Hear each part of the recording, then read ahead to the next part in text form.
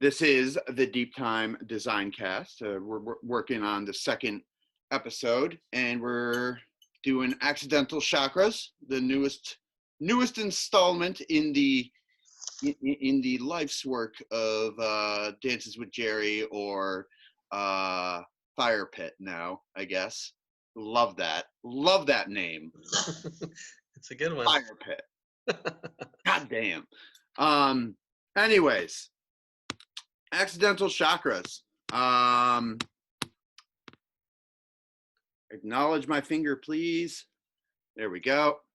So, yeah, on screen we have maybe the most wonderful human in the world. I mean, there's a lot of wonderful humans, but you made the top 10, sir. I'll take it. Yeah. I don't know who the other 9 are, but we'll meet them one day. Perfect. This piece, it took a lot of weird little turns, and it wasn't necessarily planned. So it started off with 2 individual paintings, and then I decided to put the 2 of them together, screw them together, put it around a frame, and stretch a hole in the canvas. And I've been doing my spiritual work over the past COVID-y months, and a little, like maybe 3 months beforehand, really diving in. But in all of my spiritual exploration, I didn't really dive into any of the chakra bullshit. You know, I was aware that there was a word, it was called chakra. There was a certain number of them. They correlated to certain parts of the body and spirit. And that was about as far as I went. But doing this painting, I finished it all up, and I discovered, after reading a book on the chakras and finding out where they were and what they represented, that this painting was perfectly representing each and every one of the 7 chakras in a crazy sort of way. So this wasn't by design. No. I mean, the intention behind the painting, and the thing that I was trying to lean into, was like my spiritual awakening and like dream imagery that was pointing to this place. There was a little bit of like, go up here in the corner to this little buggy here, and we're going to go with blue. This guy. This was a really intense dream. It was at the burn, in the dream burn. We were hanging out underneath a shade structure, and in the corners of all the shade structures were these little lotus pods. It seemed like the lotus pods were capturing all of these wasps, like not bees, wasps. And the wasps were flying around and like doing havoc-y, waspy things. When I woke up, there was some like element of these wasps were problematic, and it was nice that the lotus pods were capturing them and like just going inside those little holes and just getting caught. But at the end of the dream, there was always one wasp left over. And when I woke up, I went on Google, because that's what you do when you're looking up like your spiritual meaning for life. You That's Google right. shit. Someone else tell me what this means to me. Yeah. And I looked up wasp imagery in dreams, and it said, this is a bad omen. And I got like really like, okay, bad omen. I would like to know exactly what kind of bad omen so I could be aware of that. But dreams don't like have like a Cliff Notes version where you can figure out what that image means and all of that. In doing my spiritual work and like looking into the ego and how Buddhism sort of is trying to separate your identity, like who you think you are, to be more aligned with your higher self. And what I got out of that was that the wasps were actually representing my egos. And if you're alive and you identify as something, like I identify as a Jerry, I am a 6'1" male that had a weird childhood and also is a burner artist thing, that would be the wasp. So that is who I think I am. And no matter what, if I'm alive, I have an identity. So no matter what, there will always be a wasp. They're problematic and they get kind of eaten up in this whole lotus thing. So that's just like an aside. So that was a lot of the intention. The image of me, the self-portrait here, I discovered who Hanuman the monkey god was. He's one of my favorite beings in the world. And I was starting to identify my higher self as an incarnation of Hanuman. And in the Ramayana, when Ram asks Hanuman who he is, he says, well, when I don't know who I am, I serve you. And when I know who I am, I become you.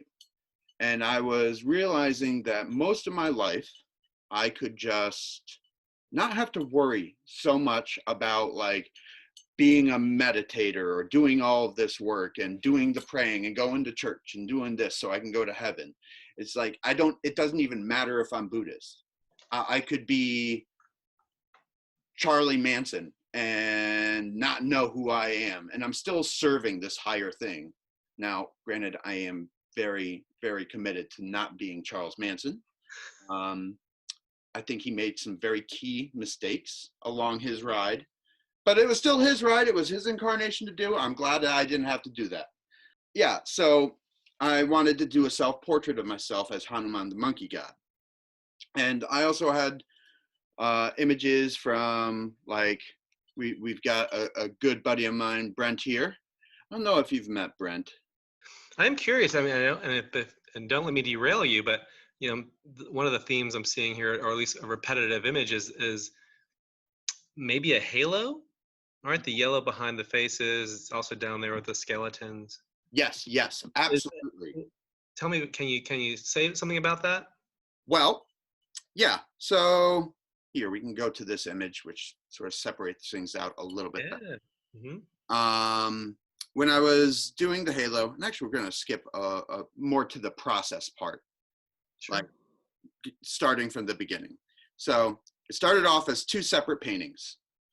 The top painting here, I was just sort of mapping in Brent to just do a painting. They started off as two individual things, and I thought, oh, it would be kind of neat if he was like, sleeping on top of the woods there. And this girl down here, Sarah, beautiful being. I was trying to get into her pants by painting a picture of her. It did not work. Her pants remained around her waist and did not drop. But it was a nice thing. And to acknowledge that, I saw what I was doing. So that's why I have the camel. And I promise we're getting to the halos thing. But the camel was representing that I was thirsty. Because that's what I was. I was thirsty. I'm a lonely single guy. There was a cute girl that was giving me attention. I wanted to impress her by doing a picture of her. And I think she was impressed, but just not enough. So I saw that and decided, okay, I'm going to build a frame around it, and I'm going to tie these two images together. And there's the wiggles, So then we're getting into the halos. So this is where I added myself as Hanuman, opening up a tear in the space-time continuum-y thing, just weird choices. And we've got Brent coming in a little bit better. And then I was noticing throughout my Buddhist work that, there's nothing that isn't this one thing. And I misspelled his name. I'm sure that, God is not happy with my misspelling of his name. He has one A. But, I put all of these arrows around, like saying like, okay, I'm Ram. The hole in the canvas is Ram. The fire in Hanuman's tail is Ram. The penis Toe is Ram. The vagina foot is Ram. Um, the Right. rack, people, everything. That didn't make the final cut. The penis, vagina, foot. Oh, the vagina did. Oh, Yeah, I don't know why I kept didn't do the big toe as a phallic-y squirting thing, but it's there. it can be that even without the squirt. Yeah, yeah. Is it Uh, the toe tag? Did the toe tag make the final cut? no, That's so powerful. it is lovely. I like it. I mean, it made the final cut of this picture. That's right. Oh yeah, no, I mean Still exists. I mean, I also like the little the fart rom in there that's, too. That that's like right. there's nothing that isn't God in this picture. Yes, one of my mindfulness mentors, when I first met him, as he was talking about how everything's perfect, um, just pulled out his phone and showed me a poop selfie he took. Just like he was walking along, a beautiful day, and he almost stepped in this pile of dog poop, and he didn't, but he just looked at it, and it was like perfectly coiled and steaming, just so. And so he took this picture of it, and I'm like, yeah, I'm not there yet. I'm not at that level where that's perfect. I have a similar God poop story where I was taking Wyatt out for a walk, and on the walk, he did a Wyatty poop, which is usually large and robust. Um, and I was walking back home, and I had the poop bag, and I got back into my house, and let Wyatt out and did that whole thing, and I was like, oh my gosh, I don't know where I put the dog shit. Oh no, oh no, where? I hope I didn't put it in my pocket. And then the whole like God thing came out with like, gosh, where am I putting my shit? Where am I putting the shit? Like the shit somewhere. It doesn't just cease to exist. So where is it? And I did some searching around, and I finally found God, and he was hanging out on the back of my truck because I set it down before I let him in. But the whole idea of like forgetting who we are consistently, and forgetting where we're putting our shit, as Mm-hmm, it were. mm-hmm. And then I took out the ROM. I didn't want it to be so direct. Like I wanted it to be a little subtler. So that's where the halos came in. Yeah. So instead of putting ROM in there overtly, I want, like, halos are usually in art, signifying some sort of deity or God or something. And I put the universe inside the tear in the space-time continuum. I have this floor, which could be represented by Indra's net, like all the consciousnesses all sort of intertwined, but also could be just like a fucking floor. And I started putting halos around everything. I also set the forest on fire because it's my painting. If I want there to be a fire, I will set the fucker on fire. Um, so yeah, this is the final stage of the black and white, and the black and white takes a long time. There's a lot of choices I'm making. Like I decided not to put in the Ramput and painted that out, and it's just like a way that I can just keep working and reworking it and noticing what's a little too, like, too much, too little, etc., etc. So that's why I decided to do all of the halos. And another couple of little choices. She was originally just on a path in the woods, and it didn't seem very clear. It's just a black and gray background. I'm like, well, it doesn't have to be a path. It could be a stream. Hmm. From this void area, I put like a giant ocean, and there's like a big wave in there. There's some sprites in there, but that's a different psychedelic-y story of breaking through and meeting beings. But we don't have to delve into that. The point is there is an ocean in the void, and it is spilling out into the painting, and I like the contrast it caused too. So going back here into the color components, where things are a little bit more clear, I discovered that all of these characters in this story had a real significant meaning behind them. And as I was saying, I read this chakra book about, you know, what they were, what they represented, what things block them, what things make them leaky, you know, et cetera, et cetera. Like the first three chakras are based in the world of form. The root chakra has a lot to do with our base animal instincts and what keeps us alive. It's like, you know, I need to eat, I'm thirsty, this, that, or the other thing. Mm-hmm. And that's our lowest chakra. It's connected to the earth. It's an earth represented chakra. And all these chakras have different colors. So the root one would be red. And in the trees are very red. This image doesn't really do it too much justice, but it glows red in person. Like it's got like a very formal red, and it looks like roots. They're trees, but you know, as is above is below. Second chakra, the girl, represents, well, my dick chakra. It represents my desires. It's a water-based mantra, or water-based chakra, and it is represented by orange. And there's a lot of orange in the fire. And the third chakra, Ram, is our solar plexus. It's like where we do our digesting. It's the fires that fuel our ambitions, our desires, and it's why we do the things that we do. It's the fire that pushes us forward. And moving into the heart chakra, which I thought this was a little like just perfect. Friend of mine, Brent, love him dearly. Dusty Bunny.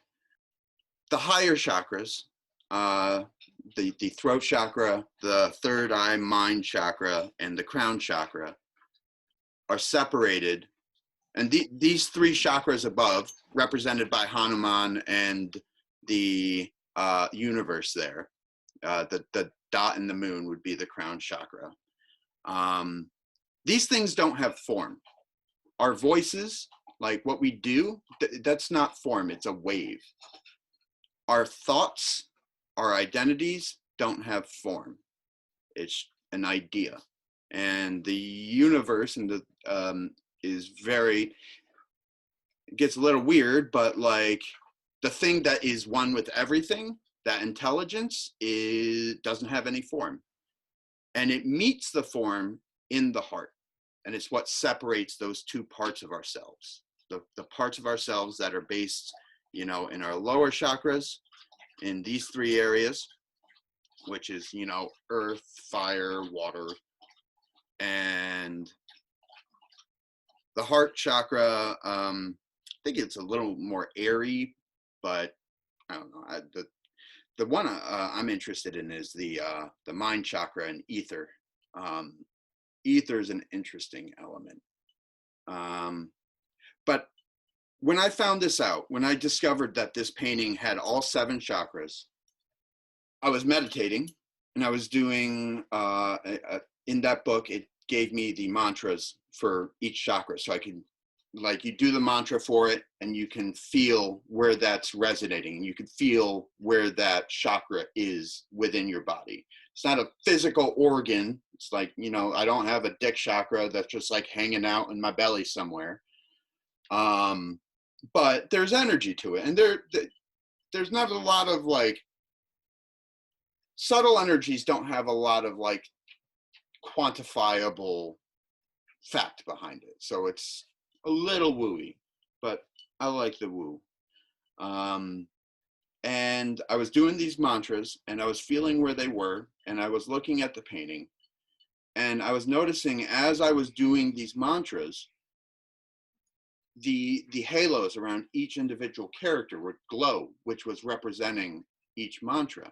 And I went up from like Lam at our root chakra Vam at our second chakra, Ram at our third chakra and our solar plexus, Yam in the heart chakra, Ham in our throat chakra, Om in our third eye, mind chakra, and the silence after Om.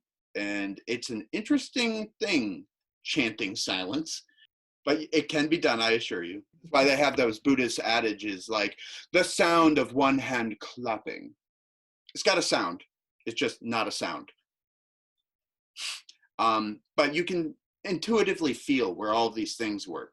And when I did that, I took something called Ashtanga yoga, 8-limbed yoga, where you sort of systematically go through like your parts of your body and say, I am not my legs, I am not my arms, I am not my breath, and you go, I am not my sight, I'm not my hearing, all the way to the point where you get to this I in your mind, and you go, I am not this thought.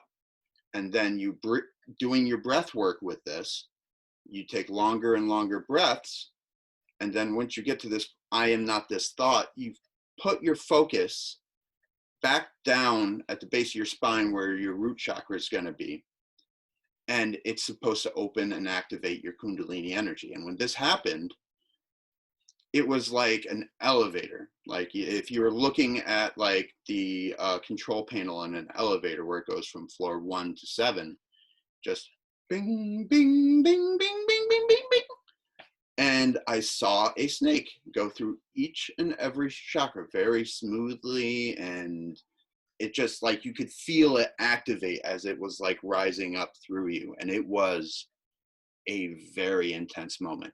And there's a Marco Polo video of me just sobbing, the at home sob, it's not happy, it's not sad, it's just, oh, the journey's over, I'm here.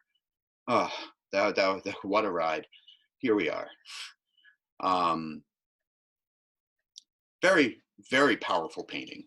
Very powerful painting. And it's, I mean, when I was a kid, I always thought these words would be ash in my mouth.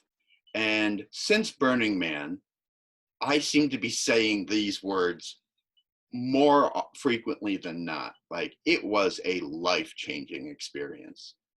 I have started making breakfast for myself. I've stopped eating meat. I've stopped smoking cigarettes, not the vape thing, because, you know, I still have a desire for my lungs to eat smoke. But, you know, it's dramatically changed my daily life and my daily routine since that moment. And there's other images in there, but yeah, that's the whole shtick. It's, I mean, it's a beautiful, well, it's a beautiful painting, first of all. But it's been beautiful to kind of hear the, similar to our own identities, how our sense of ourself changes over time. It's interesting to hear how this painting has changed over time. I'm curious if you were to just kind of gaze upon it right now in your current state of mind. What does, you know, maybe what do your eyes, what are they drawn to, or where does your mind go? Just in this very present moment. Well, I'm looking at the physical painting, but not on camera, so I'll Sure. just Yeah. zoom into the spot here on Hanuman. And once I realized that this was all about the chakras, I made some additions, like the mind chakra. The thing I was staring at was the heart with the two beings inside his heart. Mm-hmm. Inside Hanuman's heart is Ram and Sita. And Sita is, you know, Gaia, like Mother Earth. So it's our earthly areas, and Ram is our higher selves. It's where the two things meet. They come together in the heart, and they're really wonderful. So that's where my eyes are drawn, just immediately to that heart. But it's definitely, I mean, I'm very how should I put this? I'm very drawn to the things that don't have form. So I'm very drawn to the self-portrait of Hanuman. I'm very drawn to the COVID mask that I put on him, and the universe. And I like the koi pointing going on, you know. Mhm. So Um, I'm sure you've seen Jurassic Park, oh, come on. right? So famous scene, I believe, is when T-Rex puts his eye like in a door or a window or something like that. Yeah. And I can't help but notice that pulling away the fabric of the universe and space time also creates like close to like a T-Rex eye moment in the back of this. And for me, it's the universe staring at me and Hanuman staring at me, and just, I have no idea. This is art, right? But it strikes me as the final stage of your mantra of I am not this painting. All of these things within you are you, and going through the different chakras. But the fact that both the universe and Hanuman are staring back at the observer Ooh. Ooh. Yes. is just the final. It just brings the observer of the painting into this scene, at the same time making it very clear that they're not in the scene itself. Yep. Yep. Yeah, that's pretty poignant. Yeah. There's a lot going on because I'm looking at this heart too, and I was curious because throughout this whole painting there's a lot of reflection. So, for example, the reflection of the fire in the water, um, and then is the heart on your back um, not just a reflection of the fire with the halo right in front of it? Oh, I see what you're saying. Like the shirt on my back could be a reflection of just that voice and that fire and that desire to. So the Yeah, like almost like if you ever try to put a flashlight on a match, oh yeah, right, yeah. the shadow it makes is interesting. You see the shadow of the match, but not the shadow of the flame. I think that's fascinating. I really like that observation that the self-portrait is looking back at the viewer. You were talking about the fire in the tail, and that's also another story from the Ramayana. So Hanuman is the only one able to jump to this land of Lanka, this demon world. And he has to jump over this ocean to get there, and nobody else can get there. And that's where Ravana, the big demon king, has stolen Sita away from Ram. And there's a big rescue mission to go get them, and that's pretty much what the whole book is about. Um, but when Hanuman goes over there and he's caught by the demons' army, and trying to be like talking to Sita, um, Ravana says, "Well, wrap his tail in oil-soaked rags, and we'll set him on fire." And they kept wrapping his tail with these rags, and his tail was too long to fully wrap it up. And they set his tail on fire. And what he does is he jumps from building to building, setting the whole city on fire. So that's why I chose to set the woods on fire. And the idea is that what I get out of that story at this current moment, my understanding with Hinduism and Buddhism is in a state of constant flux of understanding these stories. But what I get out of it is that all of these stories are an internal battle. Each and every person has these archetypal stories going on within themselves. And we're battling our lower selves, our demon selves, our own demons. And the idea of the fire in the tail setting fire to the whole demon world is that we need to let go of some of these demons, and sometimes we need to set it on fire. And the whole point is Sita, she's in this demon world that's being set on fire. but she's okay. You know, the whole demon world burns, but what's pure doesn't burn, and what's permanent doesn't die. So these demons and this world that they've built, it all burns to the ground until they, like, you know, put out the fire. But Sita doesn't burn. Not even, I think Ram Dass said, not even the tips of her sari were scorched. Just a pure, pure, lovely being. And when I think of fire, I think of enlightenment, light.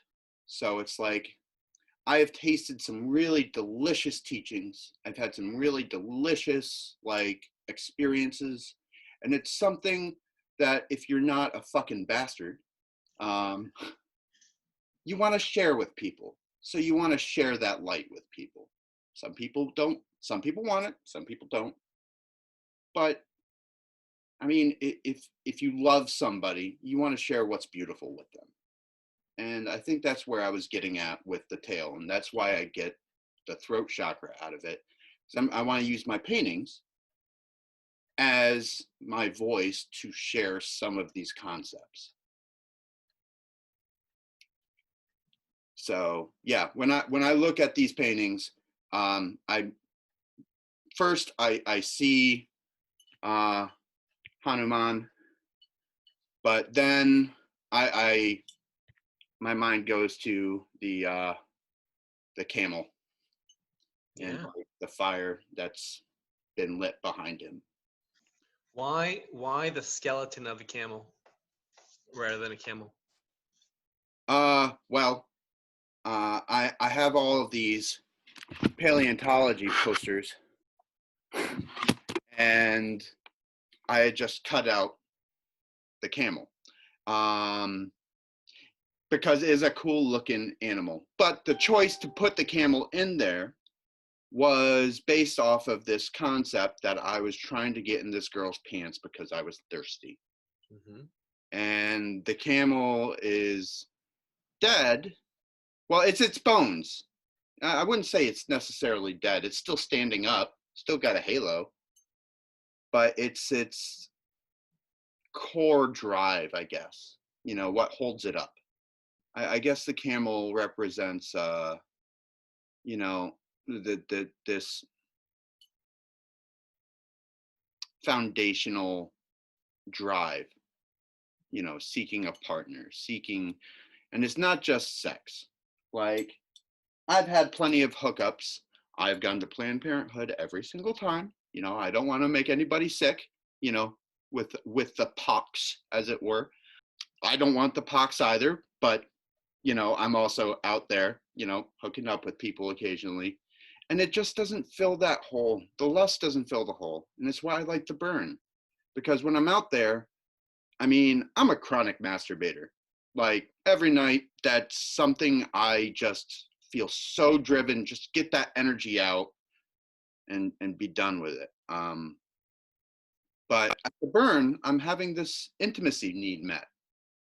And there's no desire to, you know, just jerk off because something is filling up that hole that is just wanting love. And it's not sex, it's love.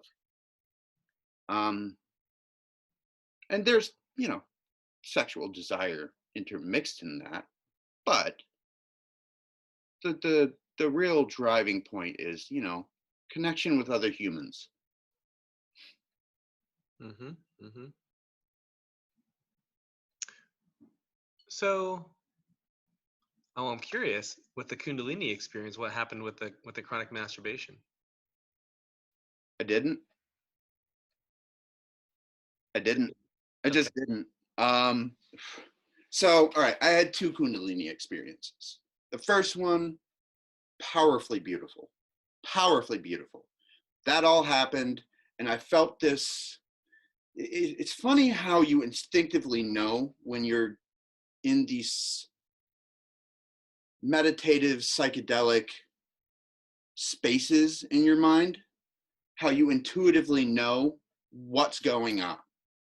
Like, you have no experiential, like, knowledge of what's going on, but somehow you know. And in this moment, all of that ding, ding, ding, ding, ding. And I felt this overwhelming drive to stand up. I was sitting down in a chair, just looking at the painting, and that all happened. And these waves of energy were rising up in me. And I felt the need to stand up. And I stood up, like I went to stand up, and it was like slow motion, like if Michael Bay was directing my enlightenment, there would have been a camera circling around me. Uh-huh. But I don't know how many other people have had this psychedelic experience, but I've had a couple of, like, on acid or what have you, this, like, in the peripheral vision on either end, beings standing next to me. And whenever I go to look at them, they disappear. You're not allowed, there's something that's very clear, you're not allowed to look at them. And in previous experiences, they were just like silhouettes, just a shadow of some humanoid being just standing on either side of me. When this Kundalini experience happened, there was just one on my left side. I saw who it was, and I intuitively knew he was just an incarnation of the Christ. And this is where, like, some psychiatrists that aren't familiar with these Buddhist sort of teachings might be like, maybe you should like get on some medication, maybe, or like maybe we should bring you to this really lovely padded room where you can get this wonderful nap. But for the sake of argument, I'm just going to be honest and speak my truth because it's my truth. And he was standing next to me. And the whole point was I needed to stand up on my own. He was there for nothing more than moral support. And this is an individual, and I'm not going to name names, but this is an individual that I've struggled with as being somebody that has a lot of his own work and is somebody that is, for lack of a better word, impure. Had a good heart, but so many wounds and so many traumas later, he was struggling, and it was somebody I was trying to help. In that moment, it was really important that I trusted him, because he put his hand, like, sort of like, just like as if he were going to try to catch me if I fell. And as I was standing up, and this is all happening within like a fraction of a second, I felt myself losing balance, starting to go backwards. And then I'm like, nope, I got it, man. And then I caught my balance and I stood, and just another fucking wave of energy, whoosh. And it was like, I intuitively knew, this is it. This is great. Now I'm standing in my power. Now what? I'm not going to sit down. And I went into my bedroom and I started building a cloud room. And that's what I did for the rest of the night. And the next morning, and after these experiences, I'm always amazed to see the lingering effects. It's like, you had this great experience, that was over. Now we're on to a new thing. And it's always amazing to see that this experience has resonated with me in such a powerful way that, like, for people that know me, I do not make myself breakfast in the morning. I have been making myself some delicious meals. Like, I make French toast with that's like a grilled cheese French toast, like, and I'm talking brie cheese. Like, I'm getting real fancy with it. If I make oatmeal, I am sauteing strawberries in maple syrup and sugar, and then using that to heat up the oatmeal, and then putting like heavy cream in it. And like, I've stopped smoking, all sorts of things, all sorts of these little changes. And the idea is, now that I'm standing in my power, I don't want to be a slave to myself, but I want to be a good servant, because this thing that I am is so worthy of it. And it is a pleasure and an honor to be supporting that being that is experiencing the world through this body. Right on. I don't know. There's no really response to that kind of thing. And the vagina foot goes back to like Ram Dass and his guru Neem Karoli Baba. There's like some sort of like Buddha story where like some bad guy touches this incarnation of Buddha's foot and is instantly going to heaven. And it's a thing with gurus. When you meet your guru and you see who they are, you just want to touch their feet for some reason. And it seems so weird. So the only thing that I think would make me want to touch somebody's foot is if they had that sexual organ at the bottom of it. So that's why the vagina foot. I mean, it's an interesting keyhole for this entire work, right? The basis, the literal basis, the lower painting was done with that initial intention. You know, the next chakra was started out by recognition of that intention. The next chakra above that was, that's part of it. And the wasp. I'm struck by the wasp still. I don't give much credence to what Google says in terms of what symbols mean to each other, but wasps, their sexuality is very different. I would imagine. I haven't done too much research. Well, it's a similar. They're not quite bees, but it's insect sex drive is a whole different thing.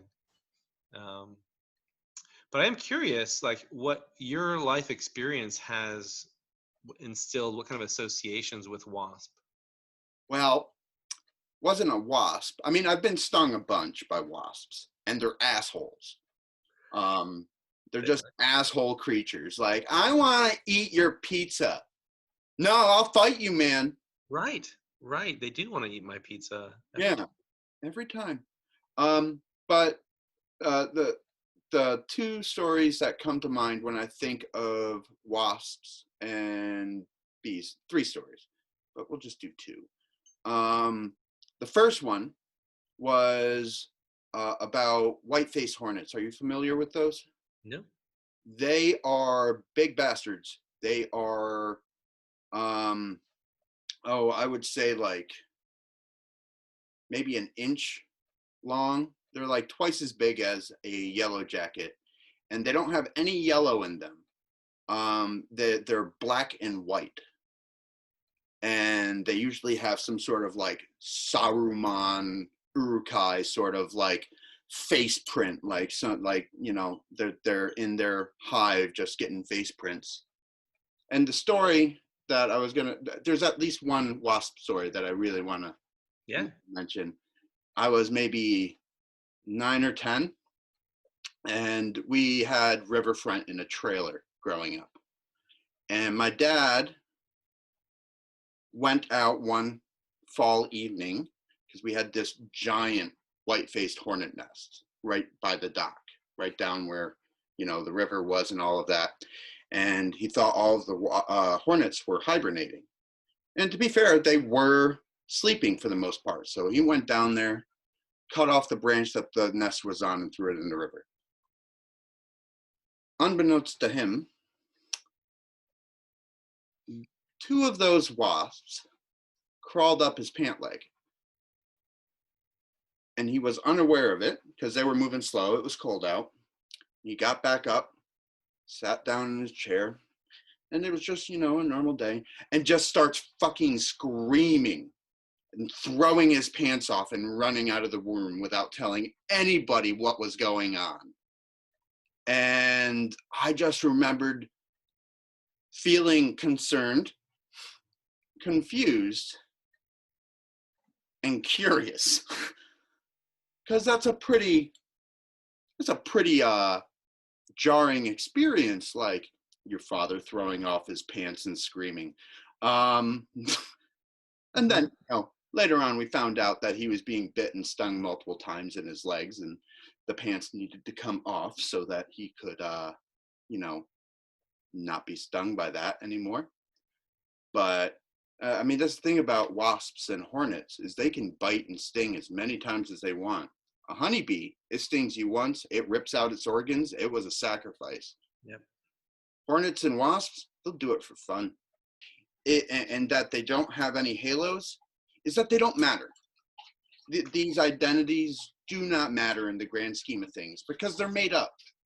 Alan Watts said something that really just, I've heard in a lot of Buddhist texts and in a lot of Buddhist teachings that, you know, we're all trying to like overcome our egos and we're trying to suppress those egoic tendencies and that it's not valid.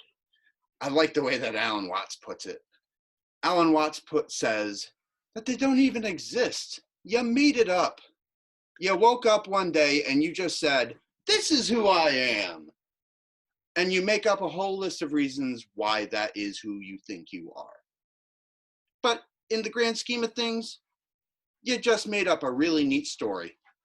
And that story doesn't exist physically.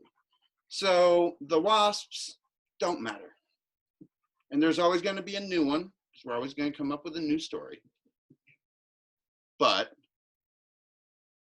it doesn't exist. So don't take it so seriously. You can take it sincerely. You know, you can sincerely like make a statement of who you are. But the seriousness, it gives it too much power. Mm. You know, and it is one of those things. I mean, the pizza part of it is accurate because you can't it's really hard to ignore. Yeah. The lowercase s self. It's really hard to ignore a wasp when it's around. Yeah. And similar, I think, similar to moving past the lowercase s self, you don't want to piss off the wasp. That doesn't actually help. Nope.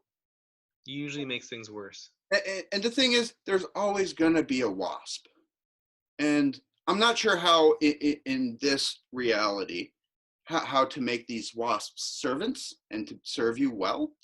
But at least with the metaphor of the wasp, Ram Dass talks about how our egos, our lowercase s selves, make excellent servants. Our minds are excellent servants and shithead masters.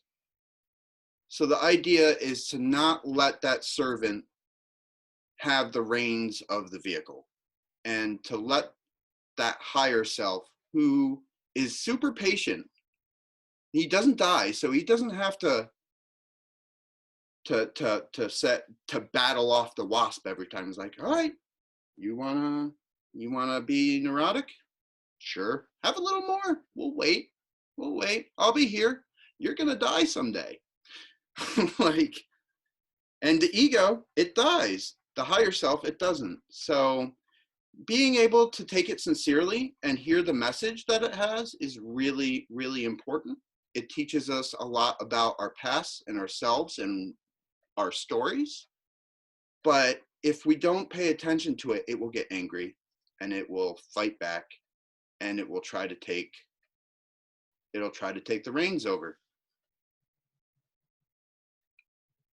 And it will get unruly. I had another dream, and that this is where this void comes in, and this was subtle. So there was like a space between the two paintings, and I put a piece of canvas behind it to represent void, which Buddhists love void. They love nothing so much. And that's why they're always happy, because they don't have anything. So in this picture is a volcano going off in the background. And I had a series of 3 reoccurring volcano-themed dreams. And in one of those dreams, I was in the volcano. We were like swimming around the lava. And I was with a couple of friends, some being, I don't know if they're even physical people I've met, but I was protecting them from this big old boss battle monster dude. Like we have, I don't know if you've had these dreams, but where there's this big evil son of a bitch that is trying to kill off you and your friends. and is just, or like protecting something and you have to get past it. Um, and in this dream, I stood up to it and I faced him and I reached up inside of him, and there were all these gears that were just crumbling under my arm. And he went from being this big, huge thing and transmuted down into this little gnome. And I looked over to my friends, and they saw this little gnome doing his thing there, and I'm just like, oh, it's okay. Just leave him alone and let him do his work. He won't bother anybody anymore. And that was another ego-based dream of like, he could be my servant. It doesn't have to be this asshole that's taking over. He can, make me breakfast in the morning. Yeah. There's something about this space dimension of this actually that's it's very it's just a fire and ice, right? It's the ultimate dichotomy, um, and it balances out with the the fire and the wave and the volcano are kind of the opposite in terms of the water underneath the fire in the main painting. And I'll just bring our attention to kind of how you started this off, which was um, the idea of separating identity from the higher self, and how things are kind of these elements are kind of just naturally separating, at least on the lower portion of the lower portion of these things where things get very um, enmeshed. Mm-hmm. Mm-hmm. They're all mixing together. Yeah. I'll also say, Jung was a big fan of creativity as a way to understand oneself. He did a lot of work to unindoctrinate himself and return to his childhood self, thinking that there's a lot of truth in if he could just get down to the roots of some of his associations, and so he let himself go pretty mad for a while in that effort, and he gave rise to a lot of things. One of his lifelong efforts was something called the Red Book, and it was only recently in the past 10 years released, because it was such a personal thing. He came out with many books through his life, but this one is what he always returned to. And what the Red Book is essentially, it's a huge book, and if you buy it, it's like 2 by 3 feet or 2 by 2.5 feet thick tome. Um, it's just it's his own analysis of one single dream. Mm. And he worked on it through his whole life, and he even references it in the book, saying, this is my best work. It's just a stupid dream to you, but this is the most important thing I've ever done Yeah. for me. Yeah. And I think about that a lot with artists, and especially with this piece, because I think this piece is alive for you, and the story you're telling about it today will be a different story than we should revisit this like in a year from now. Absolutely. Talk about this painting in a year from now, or maybe not that long, but just when it hits its next phase of relevance to you. Yeah. And you're a productive artist. You make a lot of different things, so no need to focus on one your rest of your life. But there's so much in this actually that is probably Yeah. Got a relevant. care in there, which is fun for me because I care. That's And right. lotus down there by the dog, and the lotus pod, which is the seed form of that up there at the top. There is a lot. There is an absolute lot. Even the boner that Brent has. I wasn't gonna mention it, but it's obvious. Actually, so we're talking about like creativity and intelligence.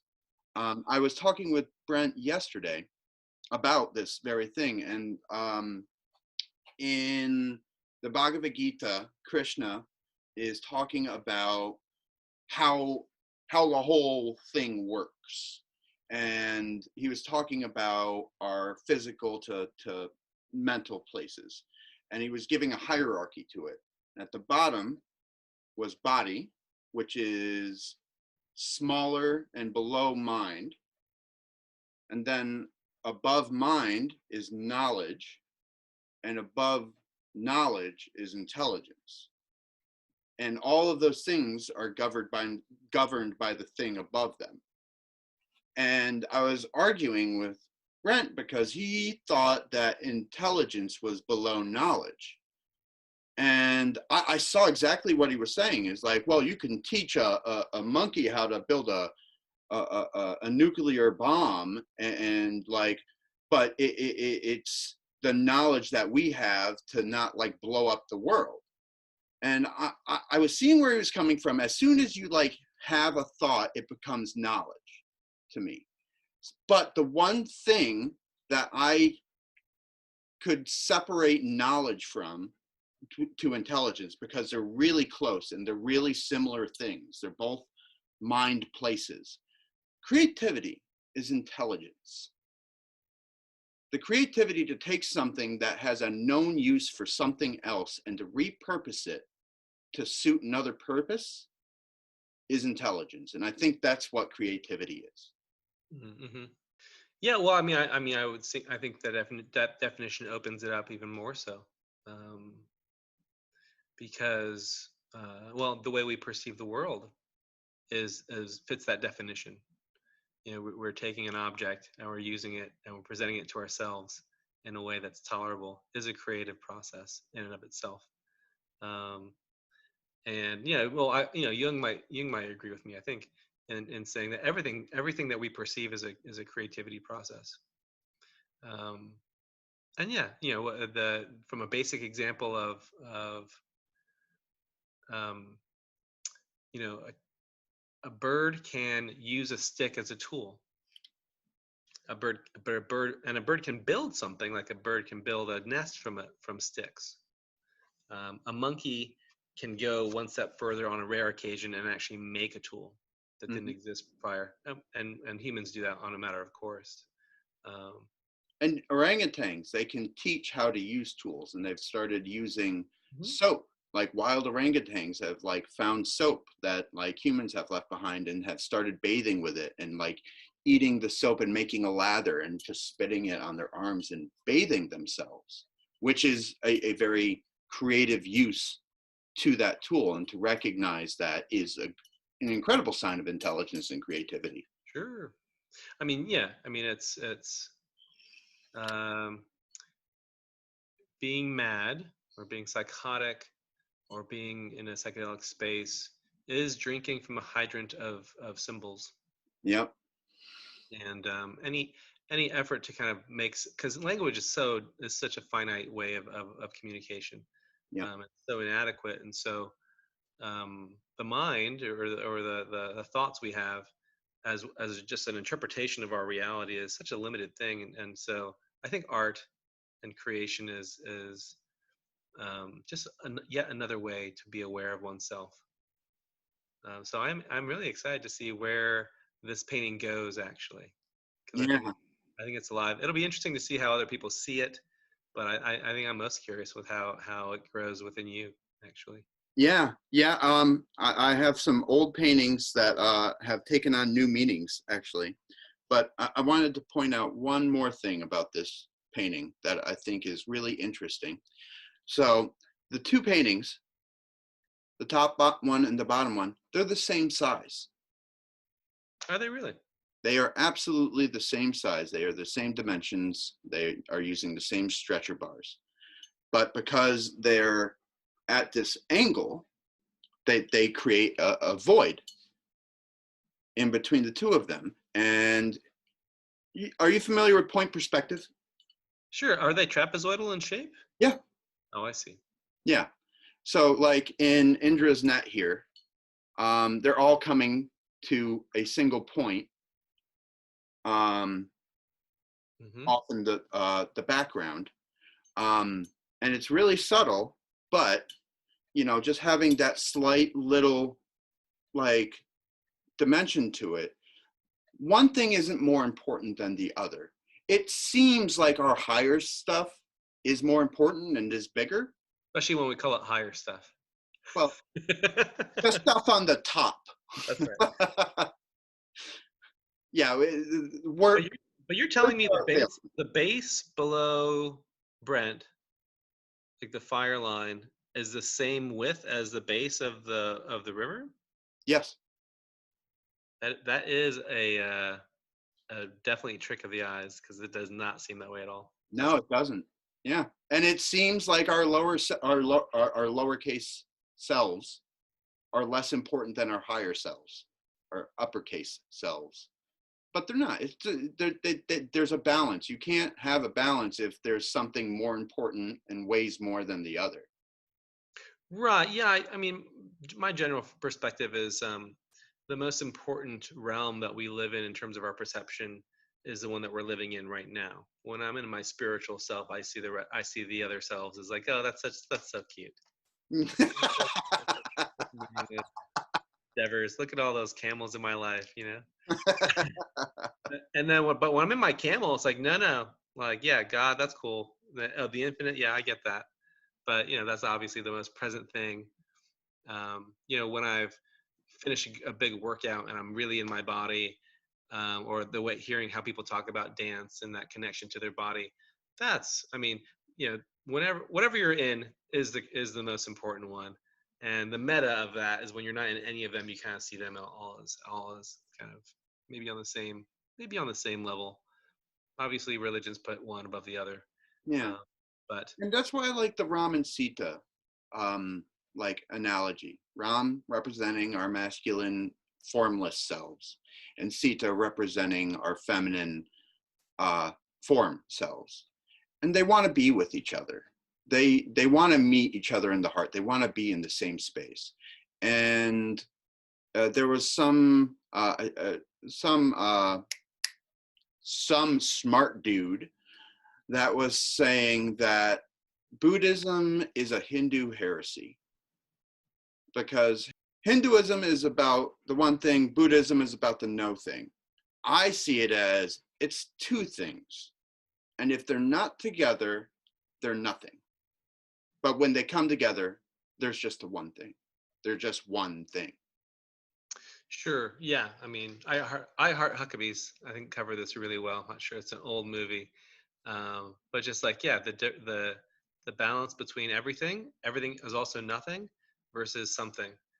And to try to touch that connection, they would just hit each other on the head with big heavy balloons, just for that brief moment where they could comprehend both of those things. So I'll say something about Brent's boner, Okay. Let's explore Brent's boner. just for And I was here, so when I hit was that home at thing. Spainburn, one of the sound camps. Um, there was just a mountain of people, probably 20, 30 people, just mostly just naked on the couch, sleeping in the middle of the day. It was siesta, it's Spain. And um, but when guys sleep, they often get erect, and so it was this sea of naked people sleeping with just a bunch of boners in the air. And but what's interesting is the camel imagery, the awareness of kind of physical arousal in the lower chakras. Mm, And Brent's asleep. yes. And the physiology of why men get erect in their sleep is because it's the parasympathetic system that's on when you're relaxed. Oh, You've all heard of like the sympathetic system. That's the fight or flight or freeze mode that we get into. um, to get an erection, the parasympathetic system is on. To ejaculate, that's sympathetic. And in medicine, we say point and shoot. So like if you to have an erection, you have to be in the parasympathetic system, which is that one of calm and peace. Um, and to actually get off is a sympathetic emergency mode. And so there's just another layer here of where the camel is, the structure of it's there. It's kind of permanent. It's impervious to the fire. It's also not alive. Um, and so I'm not sure how all that mixes together, but as at least in one way, a symbol of arousal and sexual drive. And then the next layer up is this person whose sexualness is stemming from a place of peace, yeah, yeah. which is morningwood, is a Um, peaceful boner. I don't know if you listened to the first podcast, um, but we talked about a dream that Aryan was in, where We're going to talk about this dream in every episode. It's going to be a thing. See how it evolves over time. But in that dream, I was in a bed car with my dog. So there was an image. My ego self was in the bed. This is who I think I am. And my dog, representing my animal instincts and etc. And we went over to Aryan's house, and Aryan was standing up. He was outside of the bed. And I was talking with him. I was very happy to see him. And then in the middle of talking, he unzips his fly and whips out this very, very graphic and somehow beautiful, like disturbing dick. It was almost like a corkscrew dick that was like all the colors of the rainbow, but you know, like tiny little head of the penis and like big old fat girthy thing. And proceeds to get his dick sucked by my dog. And I'm in this bed like, I can't believe you're doing this. I'm just not gonna watch what you're doing, and you're gonna do that. And that's awkward. And he finishes up. The dog is consenting. He's doing his thing. And he finishes up, zips the fly, and then I look back at him and we just continue talking like nothing ever happened. And I felt in that space so embarrassed. I was so embarrassed to have seen it. I was so embarrassed that he and my dog had a relation. And when the dream first happened, I'm like, how could I think that about Aryan? He's such a beautiful, wonderful, caring human being. He would never do that to my dog. And of course he wouldn't. It was my dream. He didn't do that. But I talked to Robin about this, and she was like, well, what does he represent to you? Because he is in your dream, and that is representing a part of who you are. And I'm like, well, I guess he represents a fully realized being, a fully like compassionate, caring, conscious being. The me in the bed was not. I was in a bed car. I was sleeping. The dog is in the bed car with me, but you know, he's just gonna serve whoever's around. And the takeaway from this, and this was really helpful for me, was that my sexuality and my desires are not impure. And they're nothing to be embarrassed about, because the higher awakened self is totally fine to whip out his dick. My lower self feels shame and embarrassment about it and lets it happen, but is still not comfortable with it. And it was a huge process of healing for me, just to be able to be like, no, I'm not a bad person because my organ fills up with blood from every now and then because there's something wonderful around me, you know? Or like there was an interesting dream with a very voluptuous set of vagina feet, you know? So it's funny that you mentioned that, like this like dream state with boners. And yeah, I wonder how many times I can bring up this really awkward dream. I think we should have a boner cut of this interview. The boner cut. Yes. Yes. Yeah, when the retrospective comes out, we'll have just every episode's boner cut. I'll have to do a painting of this magnificent boner. I'll have to ask for his permission to do that. I mean, it's yours, actually. I mean, that's as Robin, I think, accurately said. Yeah, but I think everybody has rights to their own face. Fair enough. Yeah, I guess maybe before he put his face on. And the reason I'm doing this podcast generally is because when I put up a painting in a gallery and put up like a couple of paragraphs of story behind why I did what I did, people don't read that shit. They need to be told. I don't read that shit. Like, I'm here to look at a picture, not read a bunch of words. Come on. But the words are important. Sure. And context is important. So I'll talk to Arian and see how he feels. Maybe I could put him behind a mask. So, uh, Oh, it could be a Jerry mask. I mean, right? Like holding a stick with a mask in front of it, but it's really you behind it because that's the reality. Well, so if I can just bring a little bit of my lineage to bear, and Please. maybe, which is just to say, there's been a lot of boner talk, as we are aware of, and in the Freudian understanding, and Freud got a lot of heat for this, and I think a lot of people dismiss him, including myself, for like the oral stage, the anal stage, the phallic stage, um, because it makes no sense. It makes no sense to have that, but it actually does, just from a human development point of view. The anal stage happens around, age 2 to 3, when kids are being taught how to control their sphincter physically. But what also happens You between have the ages of classes on that shit? oh yeah, yeah. I mean, That class. ask any parent, there are definitely ways to teach it, and but either way, it's not a natural thing for a child to understand how to control its sphincter. For the first couple of years of life, it could just go unregulated. Um, but if you understand that this physical development's happening between the ages of 2 and 3, well, what's happening cognitively and socially in that time? That's when kids start to understand that it's not just about them, that in fact there are other beings that have a self also, and that getting their way in life requires a negotiation with these creatures. Prior to two, like one, the adults are trying to figure out why this baby's crying. Is it hungry? Is it need diaper change? Is it tired? The baby has no idea or capacity to understand what it needs. The adults are there to serve it, basically. But then at some point, parents start to say, well, no, you have to use your words, tell us what you need. Sometimes we'll give you what you want, and sometimes we won't. And that's happening, that realization's happening at the same time a kid is understanding how to control their sphincter. And so Hmm.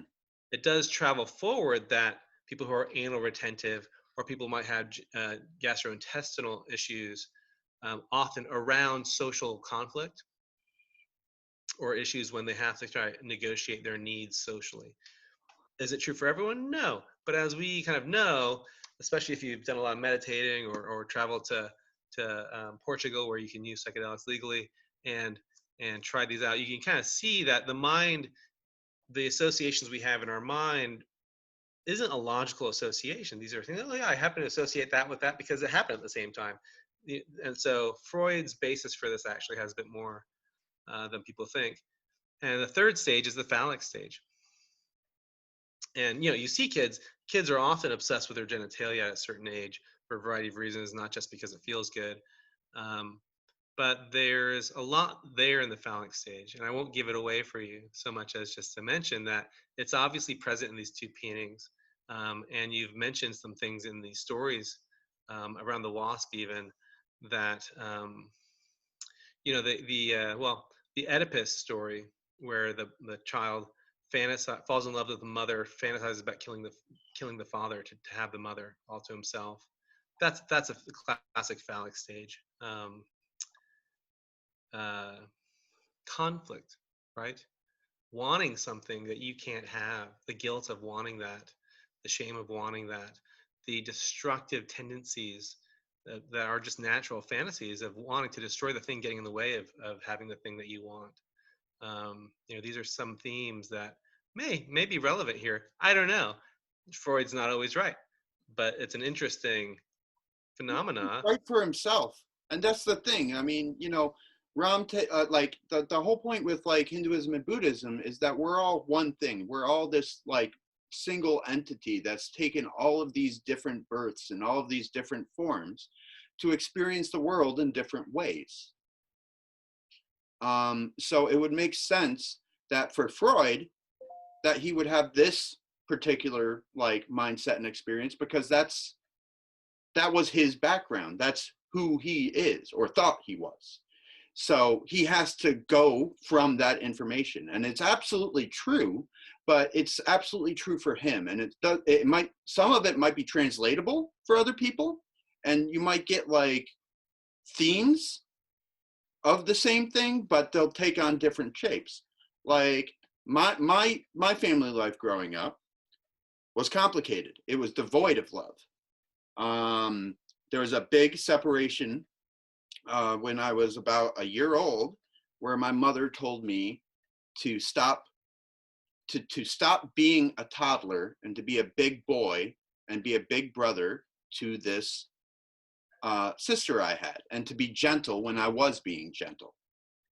And that was one of the first separations that I've been working with and suffering through. Another one is my dad has always treated me like a slave, like a really shithead servant. If you've ever seen Blackadder and know about the relationship between Lord Blackadder and his servant Baldric is a garbage human, eats shit from the street, lives in the gutter, and is just like happy to be beaten by his master. And my dad would consistently call me Baldric. He's like, oh, whatever, Baldric. Go and do whatever it is you're doing, Baldric. And he's got like another ironic name that sort of fits in with this, but his name is Peter Royal Lapham. So he's a royal fucking dick. I love him. He's still my dad. But, you know, there's a lot of childhood formative years that were poorly handled. And I love my mother too. Yet again, poorly handled. So Freud will get a lot of it right with me, but he will miss a few things because he didn't live my childhood. He didn't live in a trailer that got rats twice a year. River rats that are fucking wet and diseased.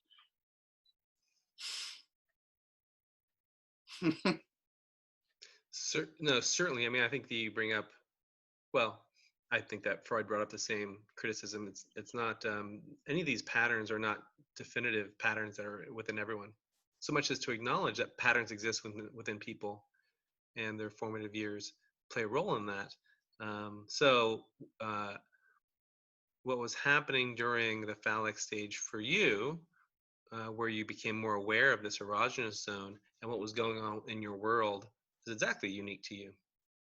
But those associations might bear random, like, oh well, that's I can't ignore the symbol is present in multiple art forms right now, and what are those associations and where they come from for you? My associations to that dream are my associations. It reminds me of sixth grade class where we learned that pigs have a 17-inch corkscrew-shaped penis, and I'm like, oh, that's really weird, and like the evolutionary value of that shape. Yeah, but that's completely my associations with that imagery. Really? I feel Right, I feel so much less now. But because you didn't know that fact, that has nothing to do with the imagery in your dream. But if I had a spiral shaped penis in my dream, I could really link it to sixth grade science class. I think it was probably February when I learned that particular fact. Obviously, it impacted me to remember exactly where I was when I learned that bizarro fact. Yeah. I think in my dream that the coiledness represents the coiled snake in Kundalini. Because I mean, and you'll see that this coiled snake like image, this symbol, sort of like everywhere. But like even in the medical industry, you have the essentially a phallus, but it's a stick with wings, and winding around it is a snake. It's true. Well, it's a worm technically, but yeah, it's a parasite. Yeah, we won't get into that. There's a parasite that you have to like wrap up and slowly but surely pull out of someone's body around a stick. Huh. And that is at least one of the origin stories of that particular piece of medicine. Oh, interesting. Yeah. But I mean, Kundalini is absolutely involved in what's happening in what was the incidental chakras, which was not the name of it to begin with. This painting? Yeah. Accidental chakras, yeah, but yeah, incidental works better. Oh yeah, sorry, accidental. But yeah. That's something. It was accidental, so it wasn't like you were going into this making chakras. Yeah. and it I was think I was activated. going to call this the 9 gates at first. Oh, that's interesting. Um, the idea with these past two paintings and these past two podcasts, these are the first two in a series of 9. And the 9 gates represent like the information that we take. I mean, there's like Dante's Inferno and all of that, but like the 9 gates representing our like eyes, our ears, our mouth, our nose, um, our genitalia, and our assholes. 2 eyes, 2 ears, Yep. maybe 2 nostrils, maybe it's one. Butthole, dick.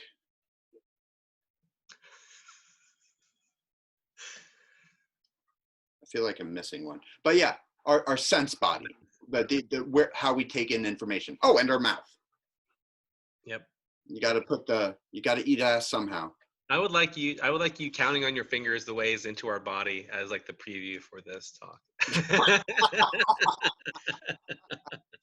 I think that can be done, and that can be absolutely arranged. Yeah. Um, Flaming Lips have a song, Ego Tripping at the Gates of Hell. And it's a beautiful song. Line of the songs are like, I was waiting for a moment, but the moment never came. And all these other moments all around me were passing me by. I was waiting for a love. That love never came, but all this other love around me was just passing by. And so I don't know why the 9 gates reminds me of that a little bit. I got this book. Well, it was initially a gift, but then I re-gifted that book because I don't know if you met Amber at the burn, but she was the one that whispered into my ear, "It's all going to be okay." And I got to re-gift her that same advice when she came out on her pilgrimage, doing a cross-country thing. And I was talking about our higher selves not dying and saying that it's okay. It's all going to be okay. And I'm like, you know what? Before you leave, I'd like to give you this book. And it's The Joyful Path of Good Fortune. I have a second cousin who is a Buddhist nun. When I opened up this book for the first time, I opened up meditating on hell. And each chapter was outlining all the different kinds of hell that exist. And when I was reading through all those, the fiery hells and the frozen hells and the hungry hells, I was finding myself empathizing with all the beings that were stuck there. Because they were stuck there because of the shit karma that they've accumulated and were continuing to accumulate. They weren't climbing out. And it's just, there's nothing I can do about that. It's just a sad suffering fact. And I've been bringing this up pretty frequently, but one of the first noble truth is that in these incarnations, suffering exists. It's just the way it is. And the second one's pain. And the third one is how the out to it is like, you don't have to suffer. And then the fourth one, and somebody out there in the internet world is going to be like, I've read all this shit and I'm correcting you. But, that you don't have to suffer, but you can feel pain. Like, and there's stories of like Hindu like gurus that will go and get dental work and opt for no Novocaine. And they'll be like drilling into their tooth and it'll go, ah! And the dentist will be like, was that painful? And he goes, yeah. Do you want any Novocaine? No. Because they're playing around with that sensation because they're not suffering in that place. They're feeling the pain, but they're not suffering. And they're playing around with it. They're being very playful with it. And the deeper I dive into Hinduism and Buddhism, and it's been surprising me, there's a lot of humor. There's a lot of just good humor and playfulness. And when I thought, like, before I started waking up to all of this stuff, I just thought of Buddhism as the most boring religious sect in the world. There's a bunch of people sitting around doing nothing, and a guru being an asshole to them. And like, this sounds horrible. That sounds like something I don't want to be a part of. But the deeper I dive into it, the more I'm understanding there's a good reason that they do this stuff. And the gurus are assholes because they have to make people realize that their own keys are in their hands. The guru doesn't do shit. The guru is just there to remind you that you're everything. And it's up to you to discover that on your own. You have to figure that stuff out on your own. You have to do your own work. Like, I think it was Ram Dass who mentioned that inside every single person is the self, the guru, and God. And the guru is supposed to be all of those things. So he's just there to remind you that he's you and everybody. And different people have different ways of realizing that. So some people need an asshole. Other people need some compassion and kindness. Some people need a push. Be like, stop being an arrogant prick. Sit the fuck down and shut up. To have that sink in, like, oh, I just said that to myself. And like, some people need that. I needed Ram Dass recording all of his lectures and being a beacon of love to be my disembodied guru throughout my whole practice and throughout my whole path. And it's been a scary place to be because I've seen some very fine friends fall victim to a lot of these same themes, but wound up not associating all of that work to what people around them, and wound up being assigned manic and schizophrenic. And I know that there are absolutely manic schizophrenic people out there that need to be treated because they're harming themselves and others around them. But what I've noticed was that they were so close. They were so close. They're like licking it. They are licking the veil, but they are bringing their egos with them and thinking that they're everything and nobody else is. It's just them. They're special. But what you're supposed to bring back, in my understanding, and understandings change, and that's why this painting a year from now will mean something totally different, but the understanding will shift. But I'm thinking a lot of these same themes will continue to resonate and hold true. The understandings that these people had were so close, but they were just missing a little bit of guidance. And it's been scary work doing this stuff through COVID by myself, living alone with my dog. And part of my work is I have to be honest. Like, at this point, God knows every time I touch myself. He knows every time that I itch a little too deep in that in my butthole. He knows about all of those brown stains in the underwear that I should have thrown out months ago. I threw those out, by the way. That's a lie. God knows that. But, you know, like, there's a seek things. Like, once you know the truth, you're free. And the truth is, this thing knows everything I'm doing, knows everything I'm thinking. So why lie about it? And doing this work through COVID and dealing with these themes, I've had people very close to me that I care a lot about say, oh, I don't know, Jerry, this sounds like mania. Are you okay? I think you ought to seek therapists and help. And I'm grateful that I've already have a psychiatrist that I had to get because while I was in school, my old psychiatrist moved out of state, and I had to get a new one. And my new psychiatrist was versed in Dharma and had read the Bhagavad Gita. So she was able to recognize these Eastern philosophies that I've been working with and understand them, and not prescribe like some antipsychotic, which I was really afraid of.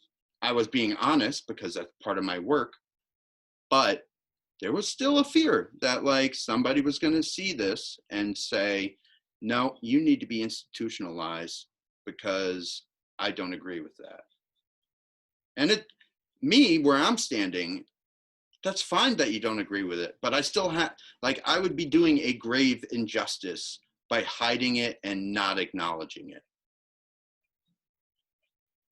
And where I land on it time after time, like I'll believe I will allow, not to believe, I will understand where somebody's coming from and give that thought space to exist and see why they're seeing that. But I'll also remind myself, I'm not hurting anyone. It's all based in love and compassion. Sure, when you're talking about the ineffable, it's by definition indescribable, but you can use symbols to point at it. And when you're talking in symbols, it's poetry and it seems like madness. It would be it's just the way that I understand things, and my understanding tomorrow can change. And just reminding myself, no, I'm here in the world, I'm doing good work. And so long as I keep love in my heart for the people around me and keep love in my heart for myself and my family, I'll be okay. Because there's going to be a higher self that is also riding in the back seat with this ego self that has control or thinks he does. Would you imagine a better place to bookmark and to end this interview? Because I mean, what else is there to say? I love you. Love you too, Jerry. All right, maybe.